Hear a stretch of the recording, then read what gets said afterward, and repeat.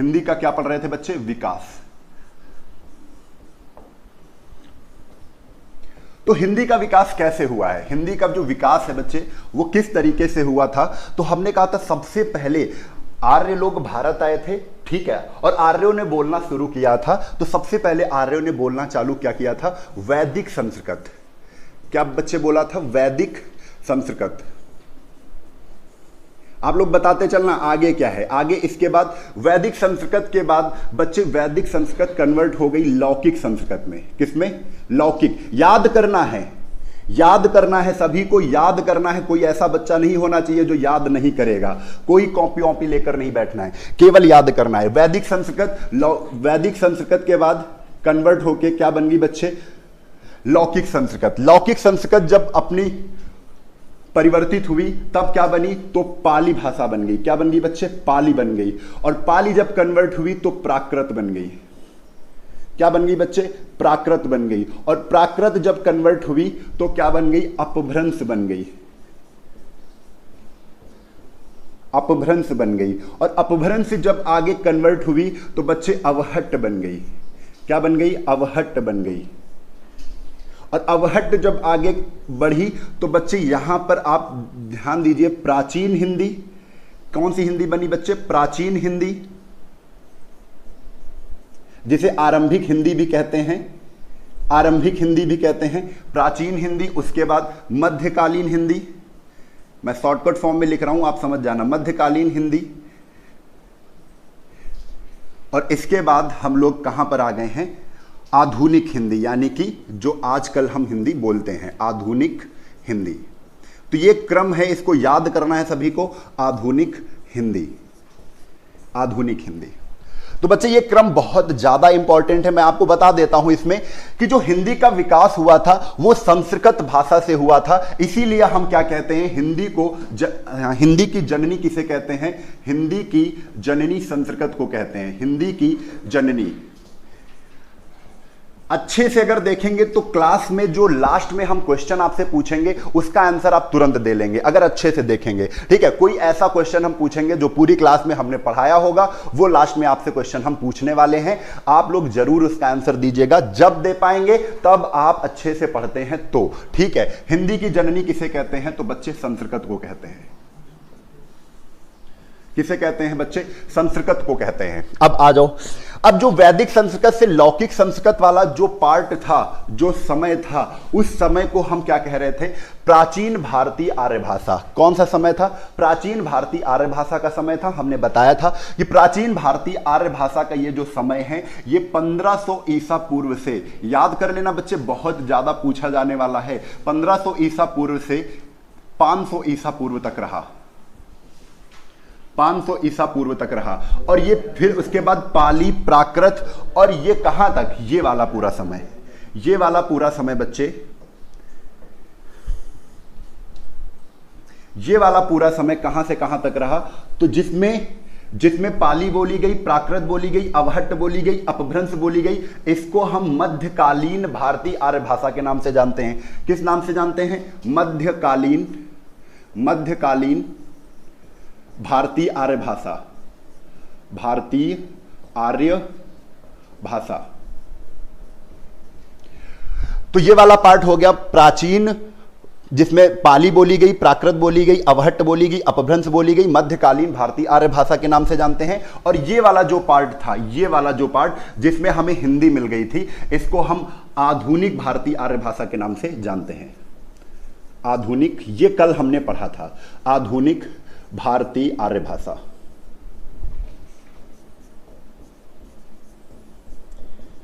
ठीक है।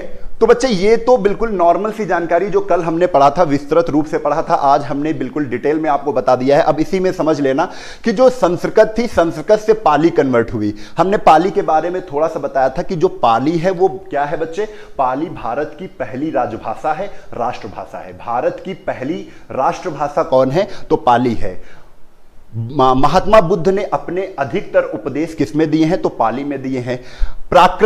प्राकृत में जैन के उपदेश हैं। जैनों के द्वारा प्रयोग की गई भाषा कौन सी थी? तो प्राकृत थी।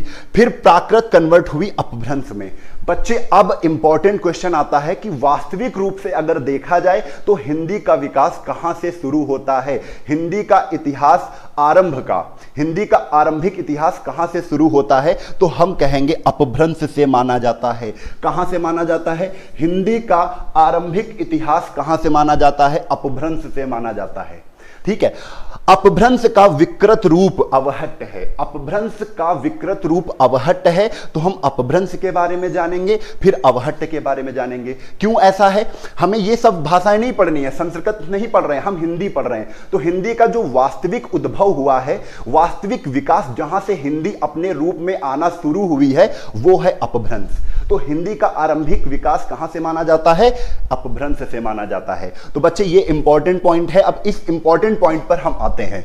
चलो, सबसे पहले हम यहां पर हेडिंग लगाएंगे, अपभ्रंश पढ़ना है। क्या पढ़ना है बच्चे? अपभ्रंश।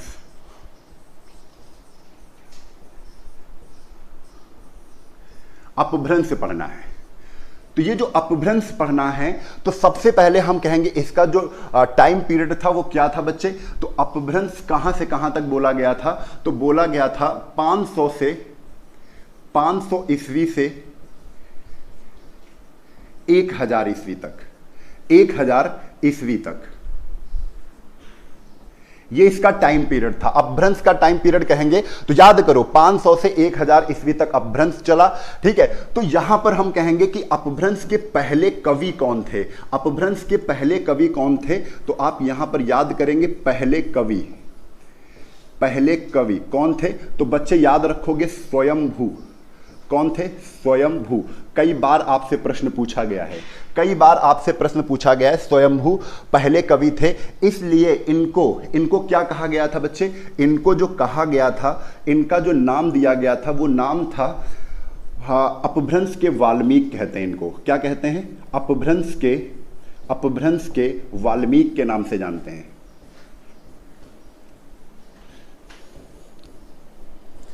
तो सबसे पहले प्रश्न आएगा कि अपभ्रंश के वाल्मीकि किसे कहते हैं? तो स्वयंभू के कहते हैं। ये पहले कवि हैं किसके? अपभ्रंश के हैं। ठीक है। तो यहीं पर एक क्वेश्चन आता है, जो स्वयंभू की एक रचना है, रचना कौन सी है? तो बच्चे ये भी इंपॉर्टेंट प्रश्न है। जो रचना है स्वयंभू की, वो क्या है? वो क्या है बच्चे? पौमचर्यु। कौन सी है? पौमचर्यु।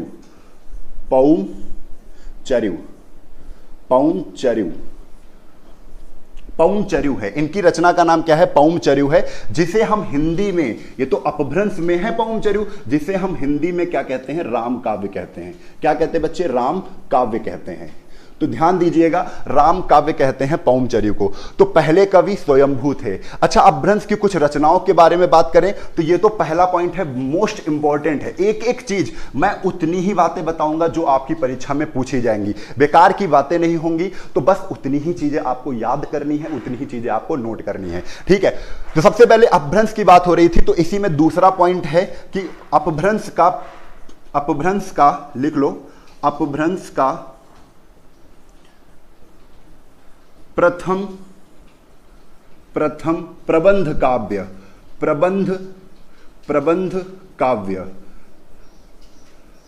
काव्य कौन सा है? तो अपभ्रंश का प्रथम काव्य के बारे में अगर बात करें तो बच्चे भविष्ययत कहा। ये रचना किसकी थी? तो बच्चे ये जो रचना थी, ये रचना थी धर्मपाल की। किसकी थी? धर्मपाल की थी। आपको ये याद रखना है, भविष्ययत कहा जो था वो अपभ्रंश का प्रबंध काव्य था। यहां पर प्रबंध काव्य आया है। तो जो काव्य होता है वो दो प्रकार का होता है। काव्य के बारे में सुन लेना, काव्य को ही हम पद्य कहते हैं, काव्य को ही हम कविता कहते हैं। काव्य हमेशा गाया जाएगा। ठीक है। काव्य हमेशा पढ़कर सुनाया जाएगा, मतलब कैसे? गाकर। तो काव्य यानी पद्य, और पद्य यानी क्या होता है? कविता। ठीक है। तो प्रबंध काव्य क्या होता है? तो बातें बहुत ध्यान से सुनिए। जो काव्य होते हैं वो दो प्रकार के होते हैं। कौन कौन से? एक तो दृश्य काव्य होता है, एक श्रव्य काव्य होता है। श्रव्य काव्य एक दृश्य काव्य। श्रव्य काव्य क्या होता है? तो जिस काव्य को सुनकर हमें आनंद की अनुभूति हो उसे हम श्रव्य काव्य कहते हैं। आप नोट कर सकते हो, श्रव्य काव्य हो गया। दृश्य काव्य क्या होता है? जिसको सुनने के साथ हम देखें भी, जैसे हम चलचित्र देखते हैं, टीवी में पिक्चर्स देखते हैं, गाना आता है, उसमें सुन भी रहे हैं काव्य को और देख भी रहे हैं, तो उनको हम दृश्य काव्य कहते हैं। मतलब सुनने के साथ देख कर भी जिस काव्य को आनंद की अनुभूति हो उसे हम दृश्य काव्य कहते हैं। अब हो गया यहीं पर जो आपने सुना है, कौन सा? श्रव्य काव्य। श्रव्य काव्य दो प्रकार के होते हैं, एक होता है प्रबंध काव्य, एक होता है मुक्तक काव्य। ठीक है, तो प्रबंध काव्य क्या होता है? प्रबंध काव्य में हम कहते हैं कि किसी पूरे जीवन की आप वर्णन करते हैं, किसी के पूरे जीवन की वर्णन करते हैं, कहीं से वो बीच की आधी अधूरी कहानी नहीं होगी। किसी भी कथा की अगर घटनाक्रम बिल्कुल सही है, घटनाक्रम से पहले जन्म हुआ उसका, फिर उसने युवावस्था देखी, पूरी कहानी जन्म से लेकर मृत्यु तक है अगर, तो हम कहेंगे प्रबंध काव्य है, कहीं से तोड़ा नहीं गया है। तो प्रबंध काव्य दो प्रकार के होते हैं। प्रबंध काव्य दो प्रकार के होते हैं, एक होता है कौन सा? याद करिए, प्रबंध काव्य दो प्रकार के होते हैं, एक होता है इसमें महाकाव्य, एक होता है खंड काव्य। तो महाकाव्य में क्या होता है? पौराणिक कथाएं होती हैं। ठीक है, किसी का पूरा जीवन परिचय होता है और उसमें क्या होता है? पौराणिक कथाएं होती हैं, ऐतिहासिक कथाएं होती हैं। ठीक है, खंड काव्य किसी अगर पूरा जीवन नहीं होता है, किसी जीवन में जो घटना, मतलब जैसे हम कहते हैं कि अगर राम की बात करें तो कुछ युवावस्था की अगर उनकी बात कर दी गई है तो वो क्या है? खंड काव्य है। तो आप समझ चुके हैं कि महाकाव्य और खंड काव्य क्या है। तो प्रबंध काव्य अगर बात करें, अपभ्रंश का प्रथम प्रबंध काव्य क्या था? तो भविष्यत कहा था। ठीक है, क्या था बच्चे? भविष्यत कहा था। चलो, ये चीज आपको समझ में आ गई है। तो अब यहीं पर हम जानेंगे जो अपभ्रंश थे बच्चे, जो अपभ्रंश थे वो कितने प्रकार के थे? तो अपभ्रंश के जो प्रकार हैं वो 6 प्रकार के हैं।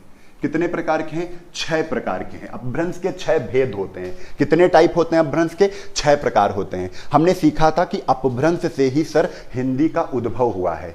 हिंदी कहां से प्रकट हुई है? अपभ्रंश से। अपभ्रंश का विकृत रूप क्या है? अवहट्ट है। यानी अवहट्ट को हम क्या कहते हैं? हिंदी का देहाती रूप कहते हैं। चलो, अब यहीं पर हम सीखते हैं,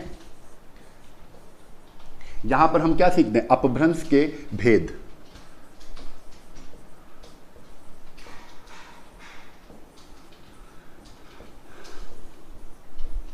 अपभ्रंश के भेद कितने हैं बच्चे? 6 भेद हैं। याद करिए, अपभ्रंश के कितने भेद हैं? 6 भेद हैं। तो वो सारे भेद हमको लिखने हैं। ठीक है, और एक चीज समझ लो, अपभ्रंश के बाद ही आधुनिक भारतीय आर्य भाषा का विकास हुआ है। देखो यहां पर ये अपभ्रंश हो गया था, अपभ्रंश के बाद आधुनिक भारतीय आर्य भाषा का विकास हुआ था। ठीक है, तो अपभ्रंश से ही हमें हिंदी ढूंढनी है, तो हम लोग आते हैं अपभ्रंश पर ही। तो अपभ्रंश से हमको हिंदी ढूंढना है।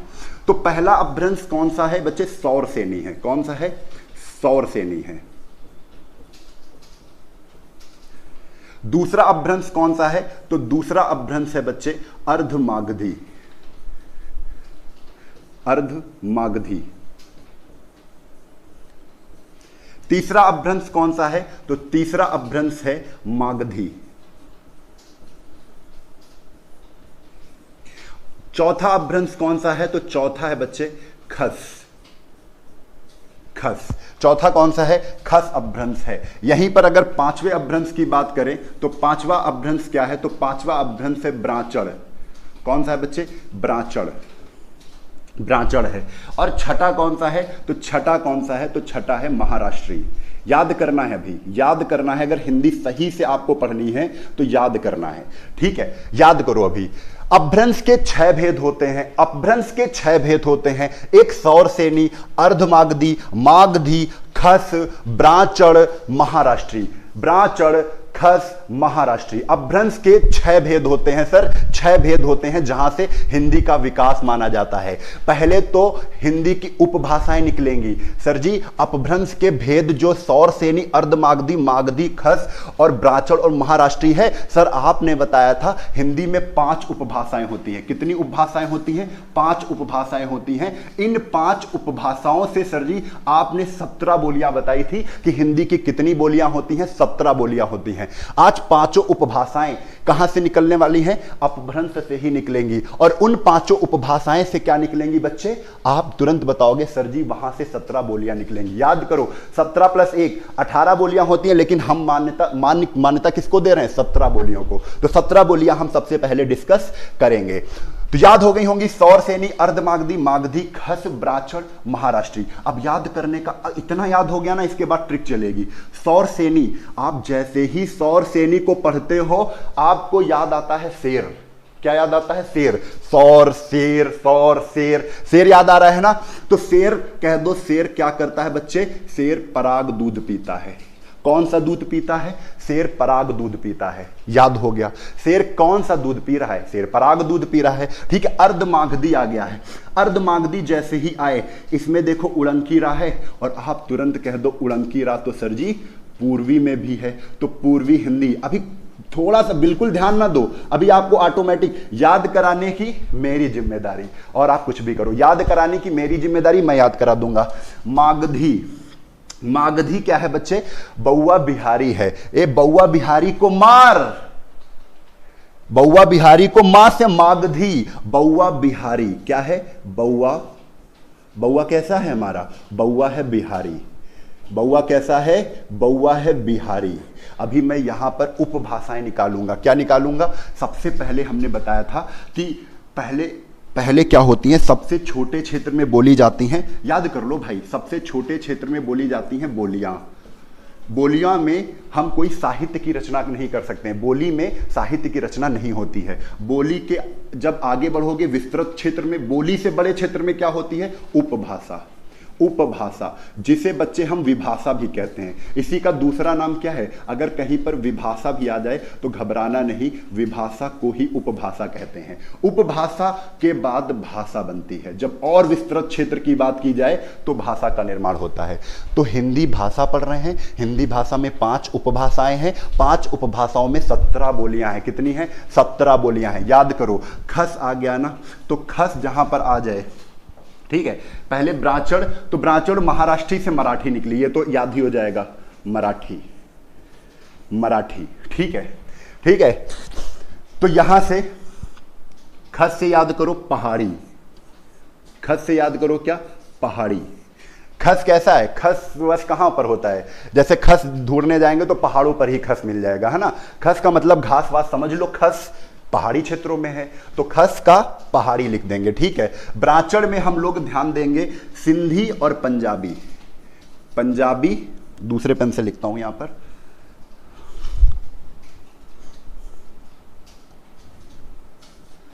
सिंधी और पंजाबी। और जहां पर सिंधी होगी वहीं पर क्या होगी? पंजाबी होगी। चलो, अब यहां पर सर जी पराग के बारे में आपने नहीं बताया अभी। अब पराग के बारे में हम बता देते हैं आपको। पराग के बारे में भी आपको हम बता देते हैं। इसको पहले आप फिर से दोहरा लो एक बार। इसको एक बार आप फिर से दोहरा लो, फिर इसके बाद हम इसको क्या करते हैं? यहां किनारे रख देते हैं। ठीक है सर जी। अपभ्रंश के 6 भेद होते हैं। सौर सेनी, अर्धमागधी, मागधी, खस, ब्राह्मण, महाराष्ट्री। शेर, सौर सेनी से शेर की फीलिंग आ रही। शेर पराग दूध पीता है। शेर कैसा दूध पी रहा है बच्चे? पराग दूध पी रहा है। अगर पराग को देखा जाए तो पा से क्या हो जाएगा सर जी? पा से पश्चिमी होता है। क्या होता है? पश्चिमी हिंदी। पश्चिमी हिंदी। पश्चिमी क्या होता है बच्चे? हिंदी। पश्चिमी हिंदी होता है। रा से होता है सर जी राजस्थानी। रा से क्या होता है? राजस्थानी होता है सर। राजस्थानी होता है। क्या होता है? राजस्थानी होता है। गा से सर क्या होता है? गा से सर जी गुजराती होता है। गा से क्या होता है? गुजराती होता है। और एक चीज हमने सीखी थी जब हम मध्यकालीन भारतीय आर्य भाषा में थे, उसके बाद जैसे ही हमने कहा भारतीय आर्य भाषा 3 काल थे। प्रथम यानी कि प्राचीन भारतीय आर्य भाषा, फिर उसके बाद मध्यकालीन भारतीय आर्य भाषा, फिर उसके बाद था आधुनिक भारतीय आर्य भाषा। तो आधुनिक भारतीय आर्य भाषा में हिंदी का भी उद्भव हुआ। हिंदी के साथ कुछ हिंदीतर भाषाएं भी आई थी। आधुनिक में हिंदी तो हिंदी है, हिंदीतर क्या थी? हिंदी से परे जो थी, जो हिंदी नहीं मानी जाएंगी। तो हिंदी का भी विकास होगा। अपभ्रंश से हिंदी की भी भाषाएं निकलेंगी, बोलियां निकलेंगी, और हिंदी के साथ साथ कुछ हिंदी जो नहीं है वो भी निकलेंगी। तो आपसे परीक्षा में कभी ये भी पूछा जाता है, जैसे गुजराती क्या हिंदी है? नहीं, गुजराती हिंदी नहीं है। राजस्थानी हिंदी है? हाँ, राजस्थानी हिंदी है। तो सबसे पहले हमको 5 उपभाषाएं ढूंढनी है। कौन सी? 5 जो अपभ्रंश से निकली है। अपभ्रंश के ये जो भेद है ना, इनसे ये भाषाएं आपकी निकली हुई हैं। अभी बात होगी किसकी? मागधी की। तो मागधी को भी पकड़ लो बच्चे। मागधी को बउआ है, बा से क्या होता है बच्चे, बा से होता है, देखो बा से हम ढूंढ रहे हैं बांग्ला, बा से क्या हो जाएगा बच्चे, बांग्ला, बांग्ला, ठीक है। ऊ है ना, ऊ से हो जाएगा उड़िया, ऊ से क्या हो जाएगा उड़िया, ऊ से क्या हो जाएगा उड़िया, ठीक है। आ है, आ से क्या हो जाएगा असमिया, असमिया, असमिया, असमिया हो जाएगा, क्या हो जाएगा बच्चे, आ से हो जाएगा असमिया, ठीक है। तो अब एक चीज समझ गए हो, अब यहां पर सर जी सारी भाषाएं तो हमें पता है, बांग्ला, उड़िया, असमिया, एक ये बिहारी, ठीक है। किससे निकली है, कौन से अपभ्रंश की है, तो मागधी अपभ्रंश की है ये भाषाएं, ठीक है। खस से कौन सी भाषा निकली है, पहाड़ी, और पहाड़ी क्या है, पहाड़ी हिंदी कहते हैं इसे, पहाड़ी क्या है, पहाड़ी हिंदी कहते हैं।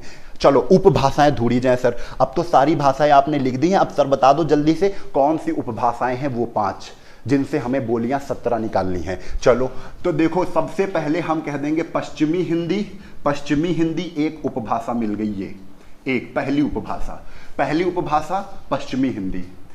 हिंदी के अंतर्गत कई उपभाषाएं, मतलब कोई भाषा के अंतर्गत कई उपभाषाएं होती हैं, हर उपभाषा के अंदर कई बोलियां होती हैं, समझ रहे हो, ठीक है। तो अभी उपभाषाएं, हिंदी एक भाषा थी, हिंदी एक भाषा थी, उसके अंदर 5 उपभाषाएं 17 बोलियां हैं, ठीक है। बार बार मैं इसलिए कह रहा हूं कि आपको ये चीजें रट जाएं, यहीं पर देखते ही देखते रट जाएं, आपको ज्यादा सोचना नहीं पड़े, आपको ज्यादा सोचना नहीं पड़े।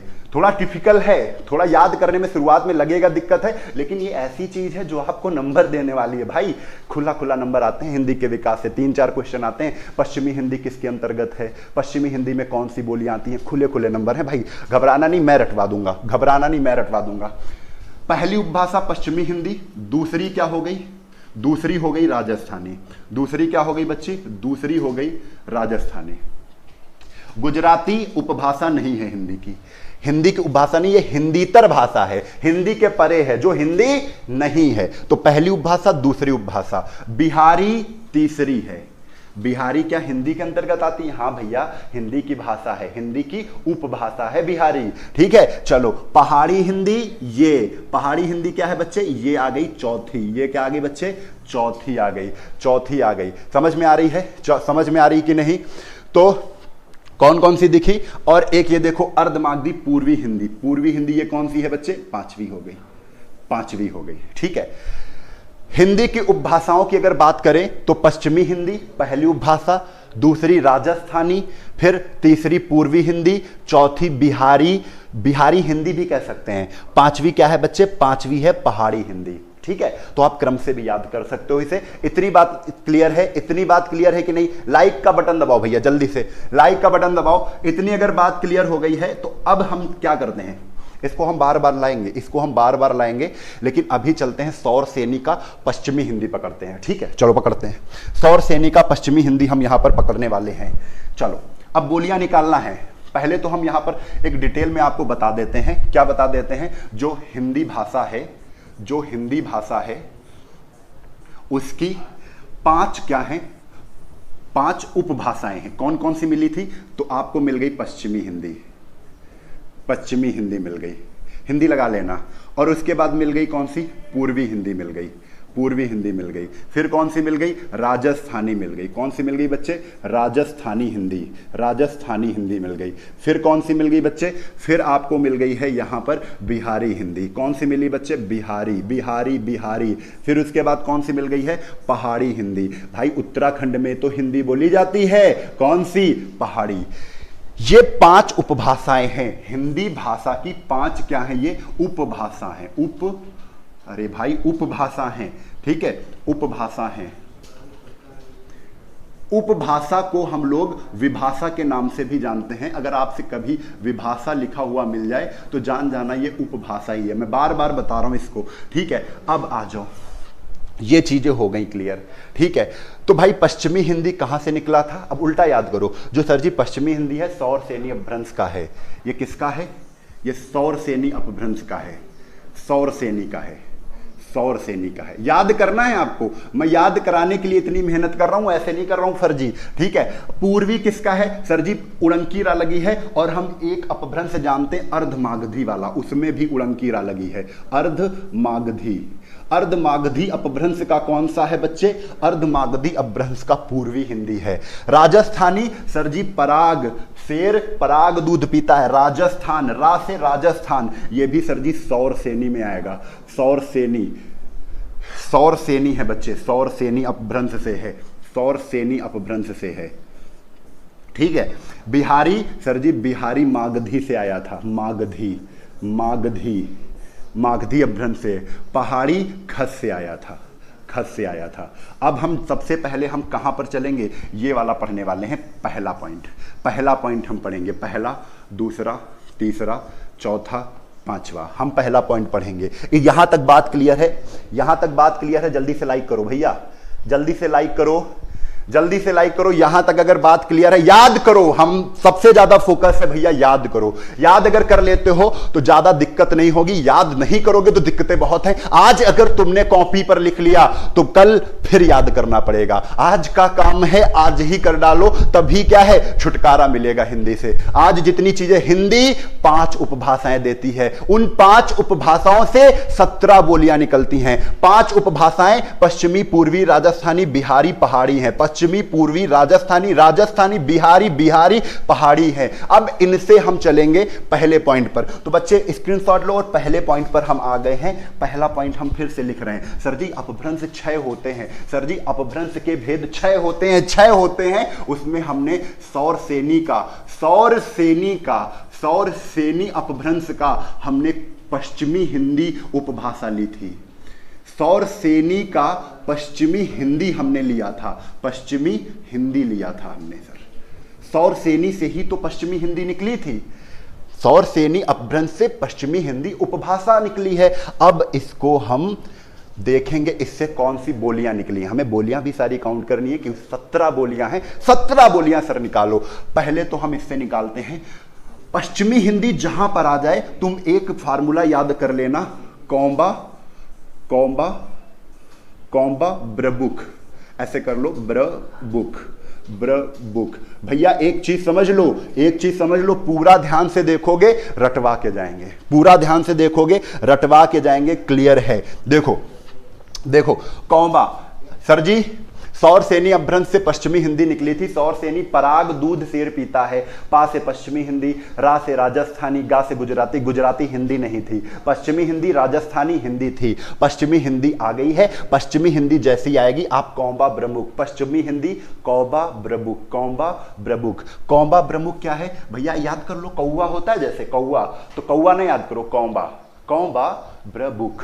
तो बच्चे का से क्या हो जाएगा, अभी देखो एक चीज समझ लो, ये जो कौम्बा है ना, जो कौम्बा वाले ब्रैकेट में है, ये इस ब्रैकेट में, इस ब्रैकेट में, इसको कह दो ये भाषाएं आकार बहुला हैं। कैसी हैं, आकार बहुला हैं। ये कैसी हैं बच्चे, आकार बहुला हैं, कौम्बा वाली। और जो उधर लिखी हमने ब्रबुक लिखी है, ये सर जी कह दो ये ओंकार बहुला है।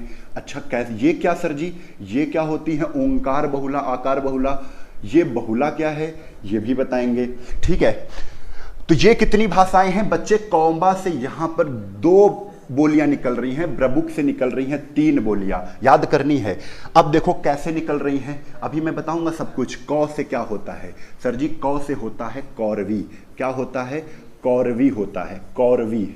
क्या होता है, कौरवी होता है। बा से क्या होता है बच्चे, बा से बांगरू होता है, बांगरू होता है, बांगरू होता है, कौरवी बांगरू। कौम्बा, कौ से कौरवी, बा से बांगरू, बा से बांगरू। ब्र से आ जाओ, ये है ब्र, ये है क्या ब्र, ब्र से हो जाएगा ब्रज भाषा, ब्रज भाषा। ब्र से नहीं पता है क्या, ब्रज भाषा होगा, आपको तो ये पता है ब्रज भाषा साहित्य की सबसे बड़ी बोली है, भाषा है, उपभाषा है, ठीक है। बू से हो गई बुंदेली, बुंदेली, बुंदेली, बू से हो गई बुंदेली, ठीक है। का से हो गया भैया, का से क्या हो गया, कन्नौजी, कन्नौजी, का से हो गया कन्नौजी। कितनी भाषाएं सर निकाल दिया आपने तो पश्चिमी हिंदी से 5 बोलियां निकाल दी। कितनी, 5 बोलियां, 5 बोलियां निकाल दी आपने। कितनी बोलियां निकाल दी है बच्चे, 5 बोलियां। कितनी निकाल दी है, 5 बोलियां निकाल दी है। अब देखो ये जो कौरवी है, ये पहली, ये दूसरी, ये तीसरी, ये चौथी। अब बात समझने की आ रही है, ये पांचवी। अब बात समझने की आ रही है। अच्छा बात क्या सर जी समझे? इतना तो समझा दिए हो आप। अच्छा थोड़ा और समझ लो। कौरवी को खड़ी बोली कहते हैं। कौरवी को राहुल संकृत्यायन ने नाम दिया है। ये कौरवी, कौरवी किसने नाम दिया है? खड़ी बोली है ये। कौरवी को क्या कहते हैं? कौरवी ही खड़ी बोली है। कौरवी को हम क्या कहते हैं? खड़ी बोली कहते हैं बच्चे। खड़ी बोली किसे कहते हैं? खड़ी बोली हम कौरवी किसे? खड़ी बोली कौरवी को कहते हैं। खड़ी बोली को कौरवी किसने नाम दिया था? तो याद करो, राहुल संकृत्यायन ने, संकृत्यायन ने कौरवी कहकर बुलाया था खड़ी बोली को। ठीक है, कंफर्म, इतनी बात सही है। बांगरू सर जी क्या कौन सी है? बांगरू हरियाणवी है। कौन सी है? हरियाणवी है। हरियाणवी है। तो हरियाणवी कौन सी है बच्चे? हरियाणवी है बांगरू। हरियाणवी है बांगरू। कंफर्म है? कंफर्म है इतना? ठीक है। तो बांगरू को एक और नाम से भी जाना जाता है, जाटू कहते हैं इसे। जाटू जाटू बोली कौन सी है? जाटू को ही बांगरू कहते हैं, हरियाणवी कहते हैं। ठीक है। कौरवी खड़ी बोली है। कौरवी क्या है? खड़ी बोली है। ब्रज भाषा ब्रज के क्षेत्र में मथुरा में बोली जाती है। ब्रज भाषा ब्रज के क्षेत्र में मथुरा में बोली जाती है। ठीक है। ब्रज मंडल में बोली जाती है ब्रज भाषा। बुंदेली बुंदेलखंड क्षेत्र में बोली जाती है। उत्तर प्रदेश जब आप पढ़ेंगे तो आप एक बुंदेलखंड क्षेत्र पढ़ेंगे, जो दक्षिण का क्षेत्र है उत्तर प्रदेश का, बुंदेलखंड। ठीक है। जो पठार है एक, तो वो बुंदेलखंड पठार में बुंदेली बोली जाती है। कन्नौजी कन्नौज के क्षेत्र में बोली जाती है। कंफर्म है? तो 5 बोलियां आपने यहां पर निकाल ली है और इनके बारे में सुन लो। ये आकार बहुला क्या है सर जी? कौरवी बोली खड़ी बोली जो होती है ना, उसमें आ लास्ट में निकलता है। जो प्रत्यय होता है ना वो आ का होता है। जैसे हम कहते हैं हम, माँ आ है, हम घर जा रहे हैं, मैं खाना खा रहा हूं। बढ़िया खड़ी बोली बोल रहे हैं। ठीक है। तो खड़ी बोली हो गई। इसमें ओकार बहुला, इसमें प्रत्यय ओ लगा होता है, पीछे ओ निकलेगा। जैसे ब्रजभाषा वाले हैं, बुंदेली वाले ऐसे कहते हैं मैं खइबो, हम तो खाना खइबो, तुम तो वहां जइबो नहइबो, है ना, बो लगा दे, मतलब ओ लगा देंगे पीछे। ठीक है। घूमे चलबो, ऐसे ओ कर ज्यादा तुम्हें बहुलता मिलेगी। तो ओ का प्रत्यय की बहुलता होती है तो उसको हम ओंकार। बुंदेली भी ऐसी बोली जाती है, चलो वो घूमो चल के, है ना, ऐसे बोली जाती है। मैं बोल नहीं पा रहा हूं लेकिन आपको मैं समझा सकता हूं कि ओ की बहुलता ब्रबुक में है। ब्रजभाषा बुंदेली कन्नौजी जो भी बोलियां हैं उसमें ओ प्रत्यय मिलेगा। और कौरवी हरियाणवी, कौरवी का ही ये विकृत रूप है। कौरवी से ही हरियाणवी का जन्म हुआ है, खड़ी बोली से ही। ठीक है, क्लियर? हाँ चलो, समझ में आ रही बात? बिल्कुल। एक एक चीज समझ लो भाई, एक एक चीज समझ लो। ये चीजें आपको बहुत काम देने वाली हैं अगर आप सही से पढ़ना चाहते हो, एक सही से हिंदी का पूरा अध्ययन करना चाहते हो। फिर एक बार हिंदी पढ़ो, दोबारा पढ़ने का जरूरत ना हो आपको। ऐसे हिंदी पढ़ना चाहते हो, आपको ये सारी चीजें समझनी पड़ेंगी। तो याद करा देता हूं मैं। सौरसेनी से पश्चिमी हिंदी निकली। पश्चिमी हिंदी में 5 बोलियां थी। 5 बोलियां याद कैसे करेंगे? याद करेंगे एक फार्मूला, कौबा ब्रबुक। कौबा ब्रमुक, मन में बोलो, कौबा ब्रबुक। कौ से कौरवी, बा से बांगरू, कौरवी बांगरू। कौरवी को ही हम खड़ी बोली कहते हैं।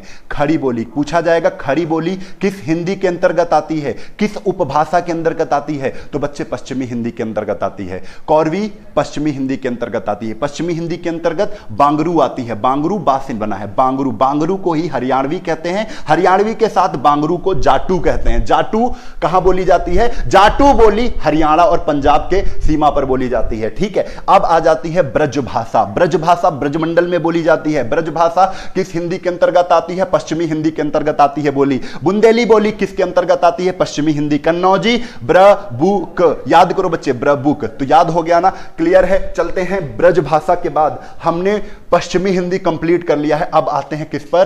पूर्वी हिंदी पर। पूर्वी हिंदी पर आते हैं, जो कि 5 उपभाषाओं में दूसरी उपभाषा है पूर्वी हिंदी। तो बच्चे आ जाओ पूर्वी हिंदी, जल्दी से हेडिंग लगाओ। सौरसेनी, फिर से हम लिख रहे हैं, इसको याद ही कर लेना है, इसको याद ही कर लेना है। सौरसेनी अपभ्रंश से नहीं, सौरसेनी से कैसे निकली है? अर्धमागधी से निकली है। याद करो, हमने बताया था अपभ्रंश के 6 भेद होते हैं। 6 में से एक अर्धमागधी था। क्या था बच्चे? अर्धमागधी था। याद हो जाएंगी तुम्हें चीजें, याद करनी है, याद करनी है, लिखनी नहीं है। लिखते तो सब हैं। अर्धमागधी से जो 6 अपभ्रंश से, उनमें एक अर्धमागधी था, वहां से पूर्वी निकला है, पूर्वी हिंदी। उपभाषा पूर्वी हिंदी निकली है।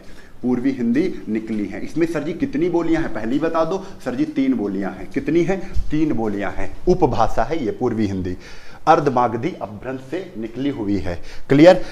3 भाषाएं याद कैसे करेंगे सर? याद कर लो, आ ब छ, अबच याद करना है। वो पेज में अपच नहीं हो जाता है तो अपच ना, थोड़ा सा विकृत कर दो, उसे थोड़ा सा कन्वर्ट करो, अबच, अबच, अबच, अबच, अबच, ठीक, अबच। तो अबच हो गया ना बच्चे। तो आ से क्या बनेगा सर जी? आ से अवधि बनेगी। अवधि क्या बनेगा बच्चे? अवधि। आ से अवधि। सर जी बा से बघेली, बघेली, बा से क्या बनेगा? बघेली। छा से सर जी क्या बना दोगे? छा से बना देंगे छत्तीसगढ़ी, छत्तीसगढ़ी। अरे छत्तीसगढ़ी भी सर जी हिंदी है। वाह, मतलब छत्तीसगढ़ में भी जो लोग रहते हैं हिंदी बोलते हैं, छत्तीसगढ़ी हिंदी है। हाँ भाई, छत्तीसगढ़ी भी हिंदी है। और ये हिंदी की बोली है छत्तीसगढ़ी, किस उपभाषा के अंतर्गत आती है? पूर्वी हिंदी के अंतर्गत आती है। किसके अंतर्गत? पूर्वी हिंदी के अंतर्गत आती है। ठीक है, क्लियर? पूर्वी हिंदी के अंतर्गत आती है। इसको याद करने का मैं पूरा उपाय बता रहा हूं। अवधि, अवध क्षेत्र में जो हम लोग, जैसे हम रहते हैं उन्नाव में, उन्नाव अवध का क्षेत्र है। उन्नाव कैसा क्षेत्र है बच्चे? अवध और कन्नौजी भी बोली जाती है यहां पर, लेकिन अवधि ज्यादा बोली जाती है। जैसे अवधि क्षेत्र आ जाता है अयोध्या, अयोध्या में अवध बोली जाती है। फैजाबाद हो गया अवध, बाराबंकी हो गया अवध, रायबरेली हो गया अवध का क्षेत्र है। ठीक है, तो यहां पर अवधि बोली जाती है ना, कंफर्म। बघेली, बघेली बघेलखंड में बोली जाती है। जैसे अगर बात करें, उत्तर प्रदेश 3 पार्ट में डिवाइड है। सबसे ऊपर वाला पहाड़ी था, पहाड़ी क्षेत्र, बीच में गंगा यमुना का मैदान और नीचे है पठार। पठार में 2 पठार थे। कौन सा? एक बुंदेलखंड का पठार जहां पर बुंदेली बोली जा रही थी, एक है बघेलखंड का पठार। बघेलखंड में बघेली बोली जाती है, बघेलखंड में बघेली बोली जाती है। ये जो पठार है आप कह सकते हो मध्य प्रदेश, उत्तर प्रदेश और झारखंड की सीमा पर पड़ता है ये पठार। ठीक है, तो बघेली बघेलखंड में बोली जाती है। छत्तीसगढ़ में छत्तीसगढ़ी बोली जाती है। क्या बात है सर जी, सब कुछ पता चल गया है हमें। तो पूर्वी हिंदी से 3 बोलियां निकली थी, अवधि, बघेली और छत्तीसगढ़ी। अवधि में कहेंगे सर जी रामायण की रचना की गई है, तुलसीदास ने रामचरितमानस भी अवधि में लिखा है। ठीक है, और कह देंगे कि जो मलिक मोहम्मद जैसी ने किसकी रचना की है? बताओ जल्दी से। पद्मावत, कान्हावत, अखरावट, ये मलिक मोहम्मद जैसी की रचनाएं हैं जो कि अवधी भाषा में ही लिखी हुई हैं। अवधी भाषा में कौन सी? पद्मावत रचना अवधी भाषा में ही लिखी गई। आपसे क्वेश्चन पूछा जा सकता है कि पद्मावत जो लिखी गई है वो किसके अंतर्गत? तो अवधी में लिखी गई है। ठीक है, कंफर्म है भाई?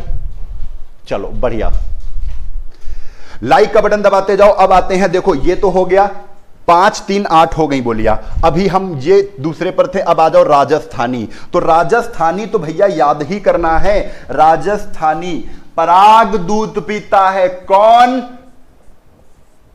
सौरसेनी। ये से और सीटी वाली में कुछ हमसे दिक्कत हो रही है, कभी सीटी वाला बना देता हूं, कभी ये, कोई दिक्कत नहीं, आप याद कर लीजिएगा। सौरसेनी में, सौरसेनी में कौन सी उपभाषा निकली थी? राजस्थानी, राजस्थानी हिंदी।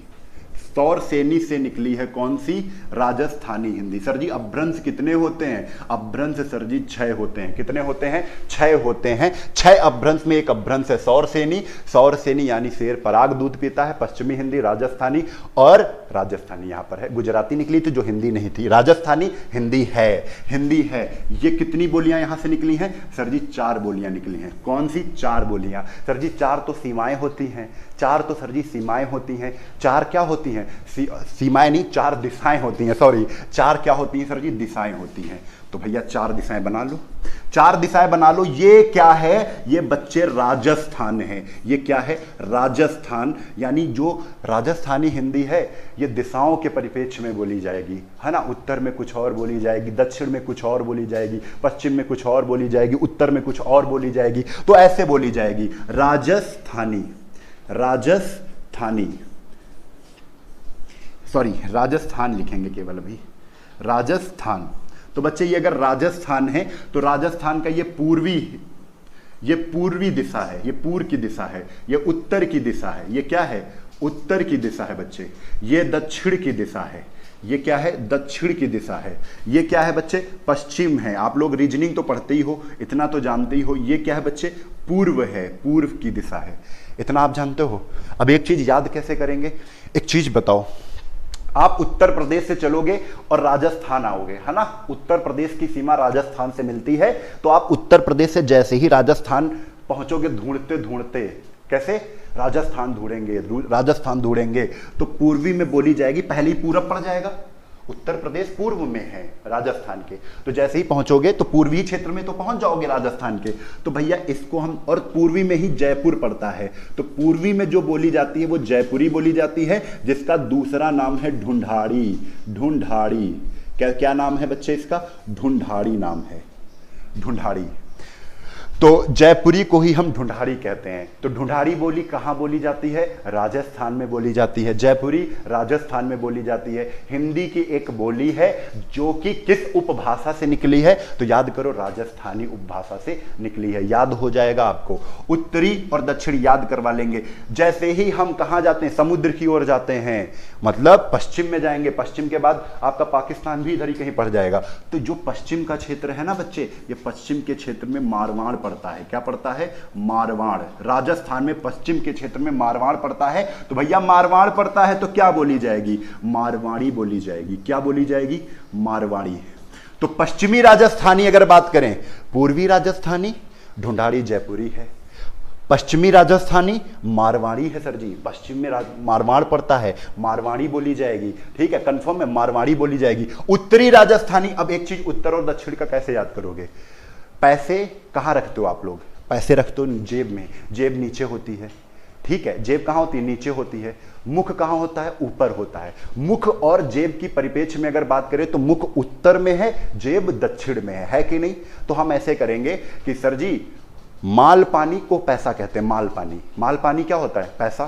तो माल कहाँ रखेंगे, माल हम जेब में रखेंगे। कहते नहीं कहाँ माल वाल रखे हो, तो जेब में रखते हैं। तो मालवी, याद रखो, मालवी। मालवी कहां बोली जाती है, तो मालवी दक्षिणी राजस्थानी है। मालवी, माल पानी नीचे रखते हो ना जेब में, तो मालवी कहां है, दक्षिणी राजस्थानी। मेवा कहां से खाते हो, मुख से खाते हो। कहां से खाते हो, मेवा खाओगे मुख से खाओगे। मुख कहां है, ऊपर है, तो हम कह देंगे ये सर जी मेवाती है, मेवाती। मेवा कहां से खाओगे भैया, उत्तर से खाओगे, ऊपर से खाओगे। मेवाती उत्तरी राजस्थानी। याद करो जल्दी से, मेवा पानी कहां से, मेवा वेवा कहां से खाओगे, उत्तर से, यानी उत्तरी राजस्थानी मेवाती है। बोलियां हैं ये। पूर्वी राजस्थानी जयपुरी को कहते हैं, जयपुरी को ही ढूंढाड़ी कहते हैं, यानी उत्तरी पूर्वी राजस्थानी को ढूंढाड़ी भी कहेंगे। मारवाड़ी पश्चिमी राजस्थानी को कहते हैं, क्योंकि पश्चिम क्षेत्र में मारवाड़ पड़ता है। दक्षिण, मालपानी हम नीचे रखते हैं, दक्षिण में रखते हैं, तो हम दक्षिणी राजस्थानी की बात करेंगे तो मालवी है। क्या आपको इतनी बात समझ में आ रही है, क्या बात इतनी समझ में आ रही है, हाँ, very good very good very good, बहुत बढ़िया। तो चलो ये भी बात क्लियर हो गई। तो राजस्थानी सौर सेनी से ही राजस्थानी हिंदी निकली थी, ये भी कंफर्म हो गया है। अब आगे आ जाओ जल्दी से, अब आगे आ जाओ जल्दी से। अभी इंपॉर्टेंट चीज भी बताएंगे आपको, ठीक है, खड़ी बोली के बारे में बताएंगे इंपॉर्टेंट चीज। हमने देखो क्या क्या पढ़ लिया है, हमने पहला पढ़ लिया है पश्चिमी, हमने पूर्वी भी पढ़ लिया है, हमने राजस्थानी भी पढ़ लिया है, हमने राजस्थानी भी पढ़ लिया। अब बात आ रही है बिहारी की। ये तो पढ़ना ही है, ये तो पढ़ना ही है भाई, बिहारी पढ़ लो। बिहारी में बिहारी बिहारी बिहारी, तो चलो आ जाओ बिहारी। बिहारी पहले मागधी से निकली, पहले अपभ्रंश डालो। सर जी अपभ्रंश 6 होते हैं, जिसमें मागधी अपभ्रंश से, मागधी अपभ्रंश से बउआ बिहारी निकले थे। कौन से निकले थे, निकले थे बउआ बिहारी, बउआ बिहारी निकले थे, जिसमें बिहारी तो हिंदी थी, बिहारी तो सर जी हिंदी थी, लेकिन ये हिंदी नहीं थी। बउआ से क्या है, बा से क्या है बच्चे, बांग्ला, बांग्ला हिंदी के अंतर्गत नहीं आती है। ऊ से उड़िया, उड़िया हिंदी के अंतर्गत नहीं आती है। उड़िया के अंदर आ से क्या है, असमिया। असमिया हिंदी के अंतर्गत नहीं आती है, असमिया। आती कौन सी है, तो बिहारी। बिहारी एक उपभाषा है। तो अब बच्चे पढ़ेंगे हम क्या, बिहारी को पढ़ेंगे। क्या पढ़ेंगे बच्चे, बिहारी को पढ़ेंगे। तो भैया बिहारी से कितनी बोलियां निकली हैं, तो आप याद कर लो 3। बिहारी क्या है, हिंदी है। बिहारी हिंदी है। बिहारी क्या है, हिंदी है। तभी तो बिहार के लोगों की भाषा हम लोग जान जाते हैं, क्योंकि हिंदी में बोलते हैं, वो थोड़ा सा और अच्छी भाषा कर लेते हैं, बढ़िया। ठीक है, और खान सर भी बिहारी बोलते हैं, बढ़िया।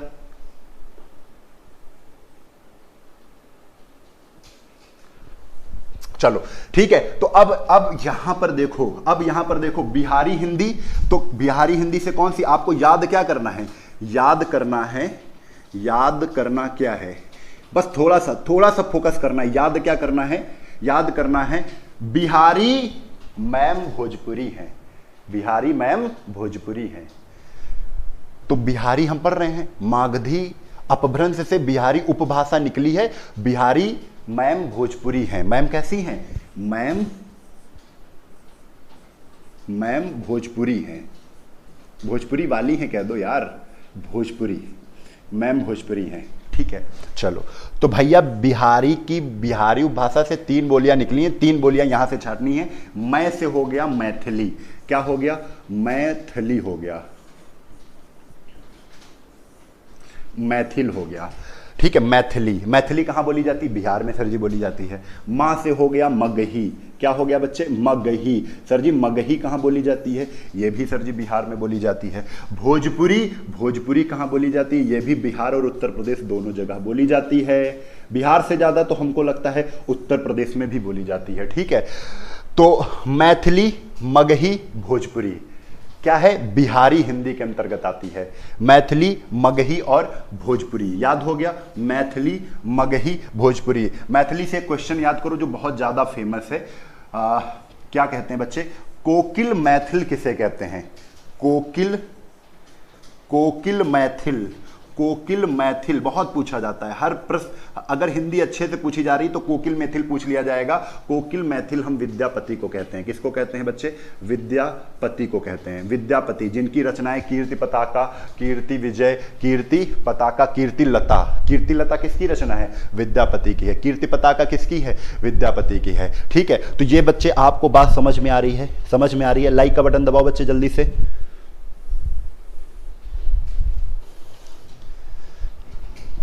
तो एक चीज यहां पर आपको समझ में आ गई है।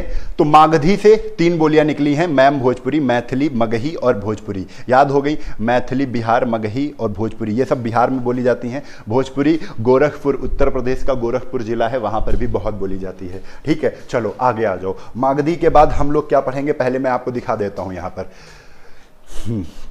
अब हम लोग पढ़ने वाले हैं कौन सा, 4 उपभाषाएं कंप्लीट कर ली है। अब पढ़ने वाले हैं पहाड़ी। पहाड़ी यानी खस। तो खस से कौन सी, पहाड़ी अपभ्रंश हम पढ़ेंगे। कौन सा अपभ्रंश है बच्चे, पहाड़ी,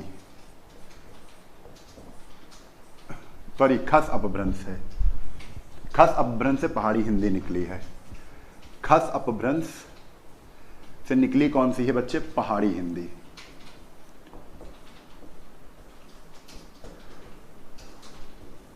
पहाड़ी हिंदी में आपको बस याद कर लेना, दोनों नाम आपके बड़े सरल हैं। दो बोलियां निकली हैं। 2 बोलियां वो कौन सी हैं, एक है कुमाऊनी, कुमाऊनी, और एक है गढ़वाली। गढ़वाली एक कौन सी है, गढ़वाली है। कुमाऊनी है और एक कौन सी है, गढ़वाली। पहल 1 और 2। तो यहां पर आप कह दोगे कि 2 बोलियां हैं, कुमाऊनी और गढ़वाली। ठीक है, तो हमको बोलियां याद हो गई होंगी। क्या देख लेते हैं 17 बोलियां हैं कि नहीं है, तो एक बार रिवीजन करते हैं एक बार जल्दी से। ठीक है, 5 हैं पश्चिमी हिंदी में, 5 बोलियां। ठीक है, 5 के बाद 5 3 8, 5 3 8, 8 4 12, 12 3 15, 15 2 15 2 17। यानी आप अगर शुरुआत से लिखें तो पश्चिमी हिंदी में कितनी थी, 5 बोलियां थी। पूर्वी हिंदी में कितनी थी, तो पूर्वी हिंदी में थी कितनी, 3। याद कर लो, 3 बोलियां थी। 3 बोलियां थी। उसके बाद राजस्थानी आई थी, दिशाओं पर आधारित थी, तो 4 बोलियां थी। राजस्थानी के बाद बिहारी आई थी, तो बिहारी में भी कितनी थी, बिहारी हिंदी में भी 3 बोलियां थी। बिहारी हिंदी के बाद पहाड़ी हिंदी मिली थी, पहाड़ी हिंदी में कितनी थी, तो पहाड़ी हिंदी में 2 थी। और सबको हमने जोड़ा तो 5 3 8 4 12 3 15 2 17 बोलियां आ गई हैं। लेकिन कहीं कहीं पर आप जब गूगल डालते हो ना तो 18 बोलियां निकलती हैं। मान्य 17 का है, 17 मानी जाती हैं। आपके पेपर में पूछा जाएगा तो आप 17 टिक करोगे, लेकिन गूगल पर डालते हो तो 18 बोलियां आती हैं। उसमें एक बोली जो ऐड की जा रही है वो नेपाली हिंदी है। नेपाली हिंदी, नेपाली जो बोली है ना वो हिंदी की तरह है, तो नेपाली बोली ऐड की जा रही है। ठीक है, नेपाली बोली ऐड की जा रही है। ठीक है, तो इस प्रकार 18 बोलियां कर लेते हैं। तो 17 प्लस 1, 17 प्लस 1, 17 प्लस 1, ये एक कौन सी है, एक है नेपाली। ठीक है, तो आप 17 लगाओगे, हमेशा सही होगा आपका प्रश्न। ठीक है, कभी गलत नहीं होगा, कभी गलत नहीं होगा। ठीक है, तो इतनी बात हो गई, आपने बोलियां जान ली है। एक और हम कुछ बोलियों के बारे में अभी हम बताएंगे। ठीक है, अभी हम बताएंगे तुरंत। उससे पहले हम क्या करते हैं, आपको खड़ी बोली के बारे में कुछ बता देते हैं। जैसे आपने यहां पर पढ़ा था, क्या यहां पर क्या पढ़ा था, यहां पर पढ़ा था कौरवी, खड़ी बोली। तो कौरवी, इसको हम ला रहे हैं, हर बोली के बारे में बताएंगे। अभी टाइम हमारा काफी हो गया है, आपकी क्लास का टाइम ज्यादा हो गया है। ठीक है, तो आगे इसमें देख लेते हैं हम लोग खड़ी बोली के बारे में। खड़ी बोली के बारे में तो बच्चे खड़ी बोली थोड़ा जान लो, क्योंकि हिंदी का तात्पर्य ही खड़ी बोली से हो गया है। अगर खड़ी बोली बोलते हो तो हम हिंदी मानते हो इसको। ठीक है, आजकल ऐसा है कि खड़ी बोली को ही हिंदी का दर्जा दिया गया है ना। तो खड़ी बोली को हम थोड़ा सा समझते हैं। खड़ी बोली, तो बच्चे खड़ी बोली में क्या है, खड़ी बोली के पहले कवि की अगर बात करेंगे, किसकी, प्रथम कवि, खड़ी बोली के प्रथम कवि कौन है, अमीर खुसरो हैं। कौन है बच्चे, अमीर खुसरो हैं। अमीर खुसरो,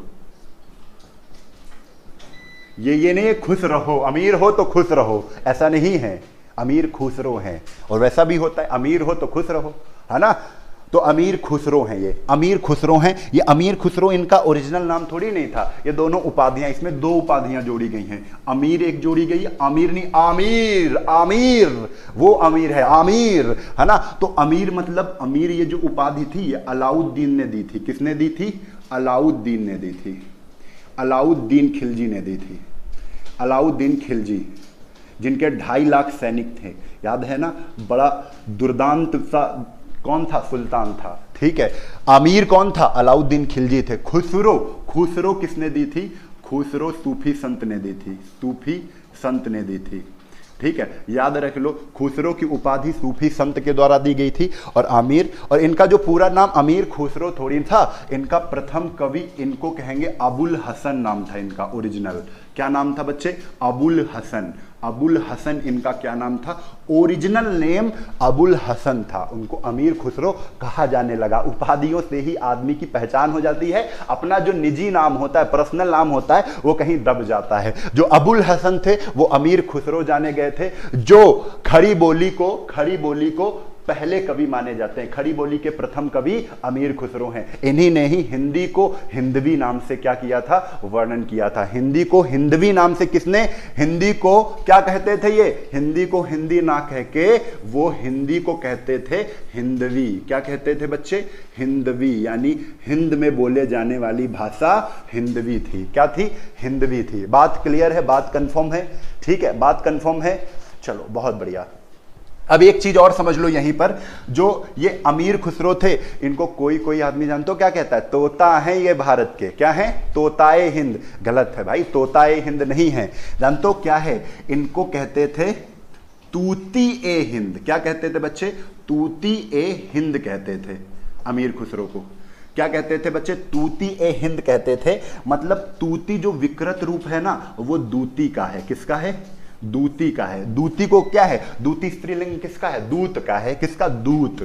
दूत नहीं पढ़े हो, यानी हिंद के दूत, अगर आपको भारत की जानकारी लेनी है तो ये कहते थे हमसे पूछो आके, भारत के बारे में पूछना है तो हमसे पूछो आके, हम तुम्हें सब बता देंगे, क्योंकि भारत के दूत हैं हम। हिंद तूत ए हिंद, यानी दूत ए हिंद को हम विकृत दूती कहें और दूती से हम विकृत रूप तूतीय हिंद कहने लगे। क्या कहने लगे? तूतीय, यानी हिंद के दूती। हिंद के दूती कौन थे? अबुल हसन थे। अबुल हसन यानी अमीर खुसरो थे। तबला, तबला का निर्माण किसने किया है? अमीर खुसरो ने किया है। ठीक है, तो ये सब चीजें हैं आपका। ठीक है, गिटार, गिटार किसने बनाया? अमीर खुसरो ने। गिटार, तबला किसने? अमीर खुसरो ने। बहुत प्रश्न आते हैं अमीर खुसरो से, ये समझ लो बहुत ज्यादा ही प्रश्न आते हैं, कभी एक्स्ट्रा हम बताएंगे आपको। ठीक है, तो यहां पर आप एक चीज समझ लो, तूतीय हिंद, तो धीरे से तूतीय हिंद था, उसको हम तूतीय नहीं, उसको हम तोता हिंद पढ़ने लगे। लो, गई भैंस पानी में, तोता ए हिंद कहने लगे।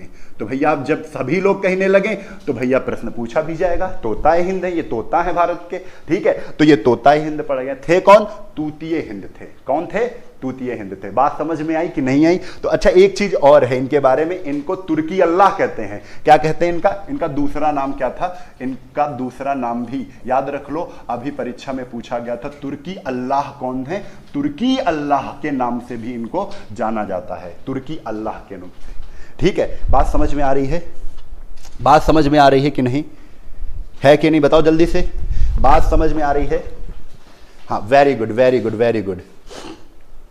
अब यहीं पर बच्चे देख लो, खड़ी बोली के प्रथम कवि हमने बता दिया है। अब बात आ जाएगी दक्षिण भारत के खड़ी बोली के प्रथम कवि कौन थे। तो ये तो हो गई किसके बारे में? ये अबुल हसन के बारे में थोड़ी सी चर्चा की है। जब अबुल हसन के बारे में विशेष चर्चा होगी तो इनको हम सब कुछ बताएंगे, इनके बारे में पूरी जीवनी पूरी बताएंगे आपको। अभी थोड़ी थोड़ी चीजें बात करते हैं ना। अभी अगर बात करें दक्षिण भारत की, दक्षिण भारत के प्रथम कवि खड़ी बोली के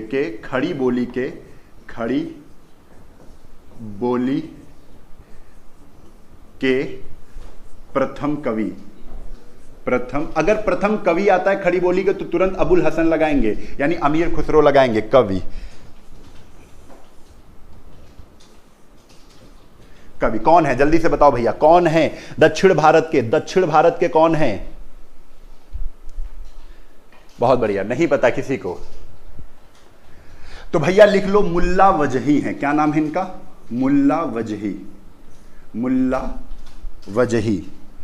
वजही दक्षिण भारत के खड़ी बोली के हैं।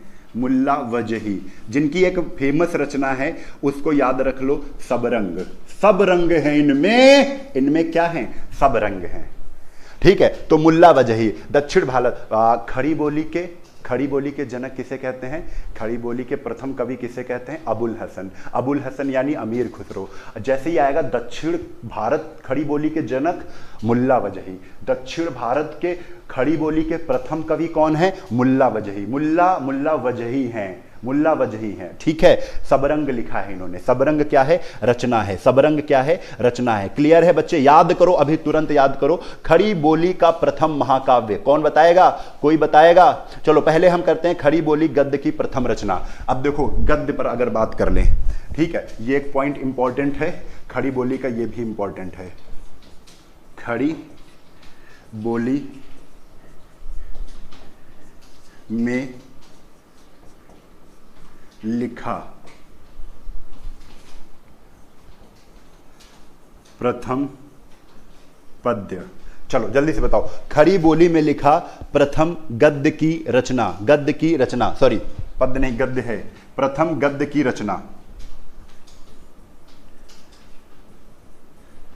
कौन सी रचना थी भैया? कौन सी रचना थी जो खड़ी बोली में लिखा गया था? प्रथम गद्य कौन सी रचना थी? प्रथम गद्य की रचना कौन सी थी? तो आप तुरंत लिख लोगे, सुना है, चंद छंद वर्णन की महिमा। कौन सी थी बच्चे? हाँ बच्चे, प्रिय प्रवास। हाँ बहुत बढ़िया, रचना सिंह ने पहले उत्तर का आंसर दिया है, लेकिन खड़ी बोली गद्य की प्रथम रचना हमने पूछा है, तो चंद छंद वर्णन की महिमा क्या है?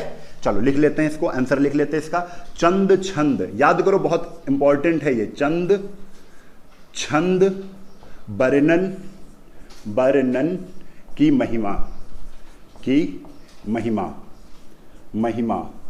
भैया किसने लिखा है ये रचना किसने लिखा है, ये रचना किसकी है? तो आप तुरंत बता दोगे सर जी ये जो रचना है ना ये कविगंग है। कौन है?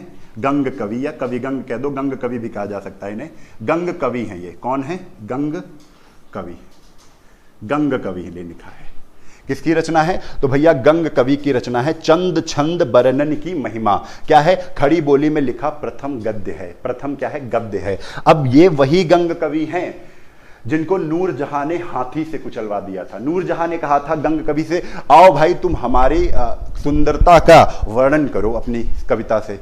ठीक है, तो इन्होंने कह दिया था हम सामाजिक व्यक्तियों की हम कविता नहीं लिखते हैं, हम केवल भगवान ईश्वर की ही कविता लिखते हैं। ठीक है, इनका एक धर्म था कि ये हमेशा जो कविता लिखते थे वो ईश्वर की ही लिखते थे, लेकिन नूरजहां ने इनको पकड़वा के कहा था कि तुम हमारी सुंदरता का वर्णन अपनी कविताओं में करो, तो इन्होंने साफ मना कर दिया था। इस वजह से नूरजहां ने इनको हाथी से कुचलवा दिया था, जाओ कुचल जाओ। ठीक है, तो इस तरीके से बच्चे इनकी बात हमने यहां पर आपको बता दी है।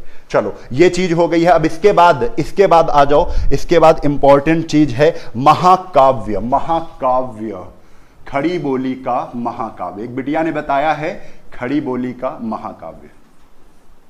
खड़ी बोली का महाकाव्य, खड़ी बोली का महाकाव्य क्या है बच्चे? प्रिय प्रवास है। प्रिय प्रवास है। प्रिय प्रवास है बच्चे। किसकी रचना है? तो याद कर लो, हरिऔध की। हरिऔध, हरिऔध,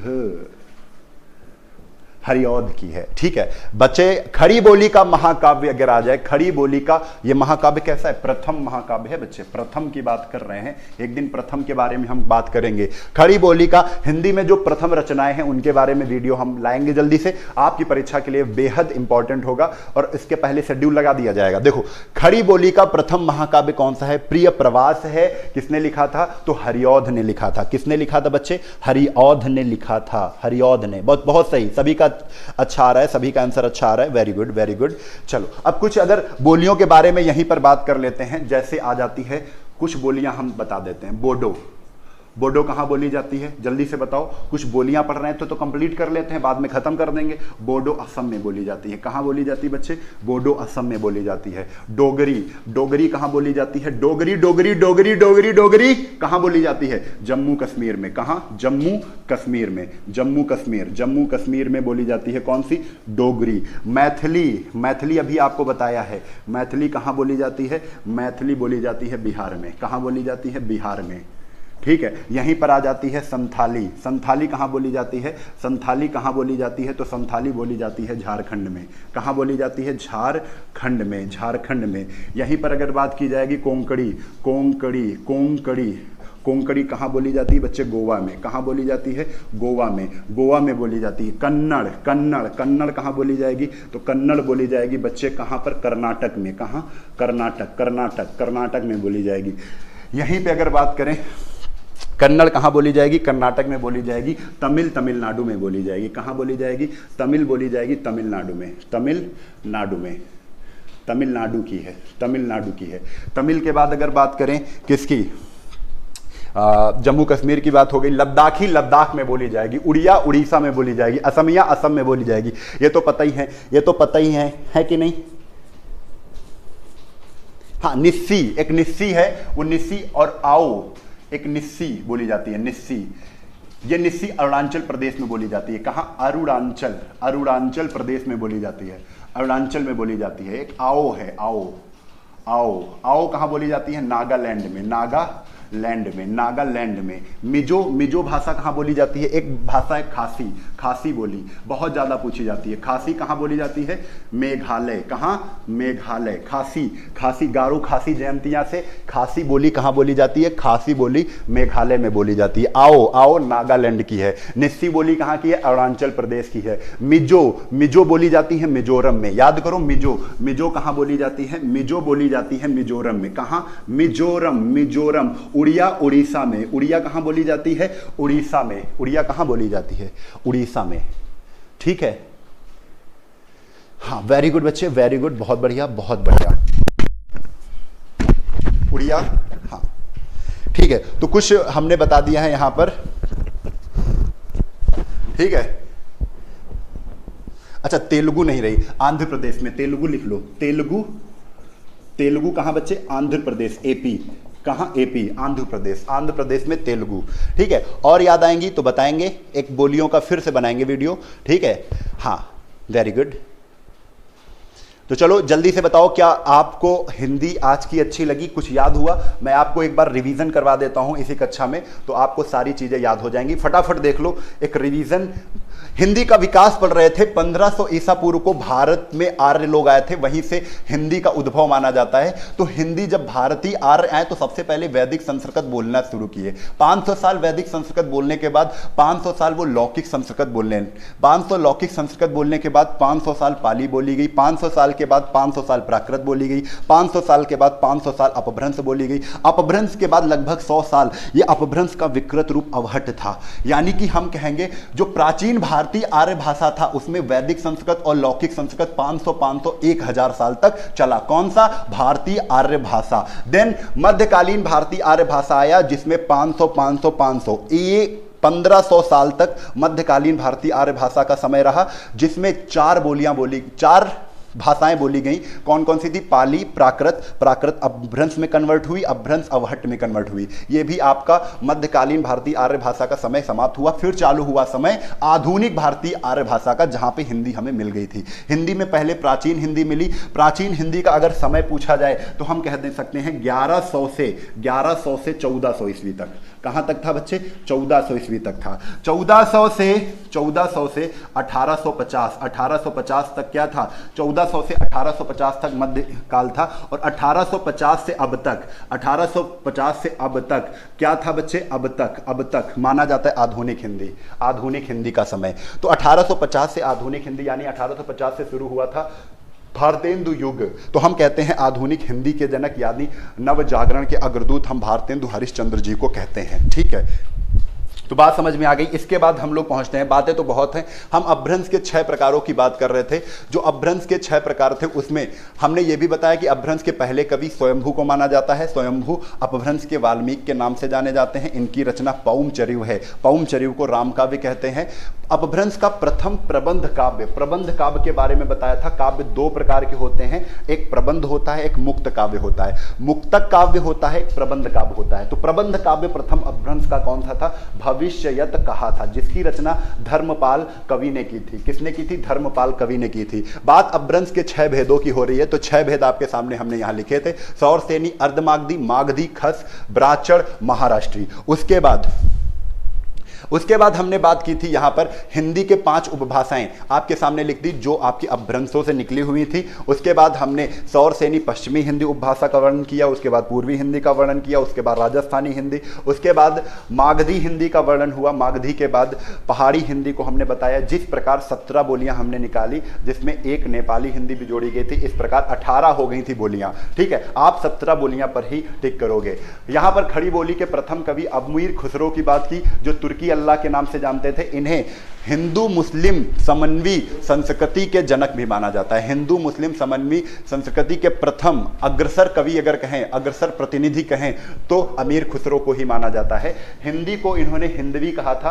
अबुल हसन इनका पुराना नाम था। तूतीय हिंदी इनको कहा जाता था। तूती का मतलब दूती होता है। तूती विकृत रूप है, यानी बेडौल, उसको परिवर्तित करके तूती बना दिए। दूती था तो तूती तूती कहने लगे, ठीक है। दूत को दूती कहते हैं। तूतीय हिंद, यानी अगर भारत के बारे में कुछ भी जानना है तो अमीर खुसरो कहते थे कि आप हमसे पूछो, हम पूरी भारत के बारे में आपको बता देंगे। तो ये इनका कहना था, इसीलिए इन्हें तूतीय हिंद कहते थे, जिसको नाम विकृत करके आप सभी तोताए हिंद बनाने लगे। इस प्रकार इन्हें भारत का तोता भी कहा जाता है, ठीक है। अमीर उपाधि है अलाउद्दीन खिलजी के द्वारा मिली। खुसरो उपाधि सूफी संत के द्वारा मिली थी। बात हो रही है दक्षिण भारत के खड़ी बोली के प्रथम कवि की। अगर उत्तर भारत के कवि या खड़ी बोली के कवि पूछे तो अमीर खुसरो हैं। दक्षिण लगा दें तो दक्षिण भारत के खड़ी बोली के प्रथम मुल्ला वजही हैं, जिन्होंने सबरंग रचना लिखी है। ये क्या है बच्चे? रचना है। ये सबरंग उनकी क्या है? रचना है। बात कर रहे हैं खड़ी बोली में लिखा प्रथम गद्य की, तो कौन सा था? चंद छंद वर्णन की महिमा, जिसको गंग कवि ने लिखा था। ये वही गंग कवि हैं जिनको नूरजहां ने हाथी से कुचलवाकर इनकी हत्या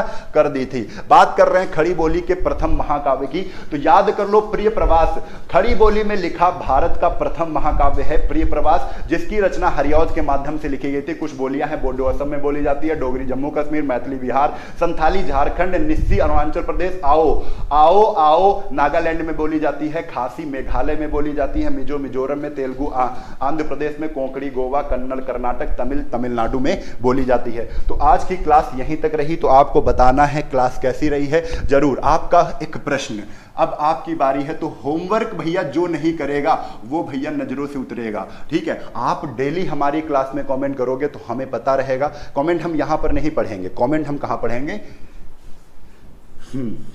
आपको बताना है बघेली, बघेली किस उपभाषा की